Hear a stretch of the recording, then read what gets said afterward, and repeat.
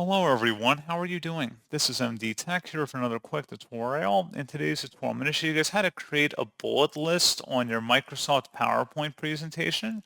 So this should hopefully be a pretty straightforward process, guys. And without further ado, let's go ahead and jump straight into it. So let's say, for example, you see I have a list on my PowerPoint presentation right now. If you want to go about adding bullet points here, just hide over whatever text you want to create bullet points for.